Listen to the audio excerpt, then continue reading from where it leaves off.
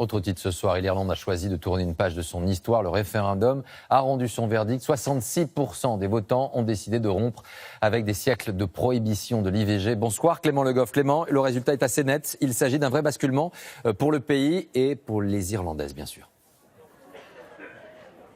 Oui, Laurent, jour historique pour les droits des femmes en Irlande. On a attendu les résultats toute la journée. Ici, les résultats officiels qui ont été annoncés il y a un peu moins d'une heure. Et vous l'avez dit, plus de 66% des électeurs ont voté pour la légalisation de l'avortement. Et c'est un basculement dans un pays réputé très conservateur sur le plan des mœurs. Je vous rappelle que la contraception n'a été autorisée qu'en 1993 ici, le divorce en 1995. Et chaque année, 3000 Irlandaises se rendent à l'étranger pour pratiquer une interruption volontaire de grossesse. Cette légalisation de l'avortement est l'aboutissement d'une révolution tranquille, a déclaré le Premier ministre aujourd'hui. Le Premier ministre à l'origine de ce référendum, récit d'une journée historique avec Anto Filippi et Maxence Peigné.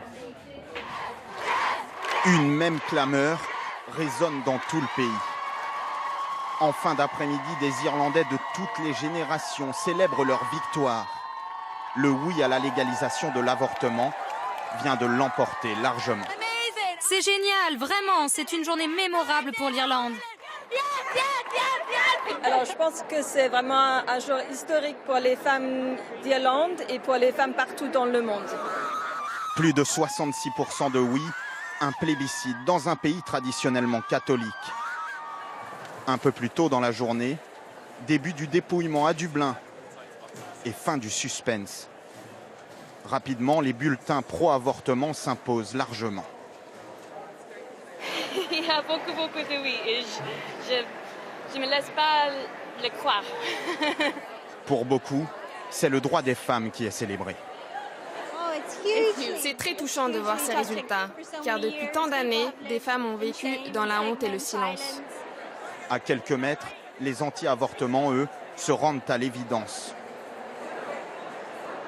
Pour moi, ça n'a rien d'historique. C'est un jour triste. Le non aurait permis à l'Irlande de garder sa loi. Maintenant, on va faire comme tous les autres pays. Je suis déçu et choqué. Au terme d'une campagne qui a divisé le pays, Vous avez fait de l'Irlande un meilleur pays. les jeunes se sont particulièrement mobilisés, le symbole d'une Irlande en pleine transformation.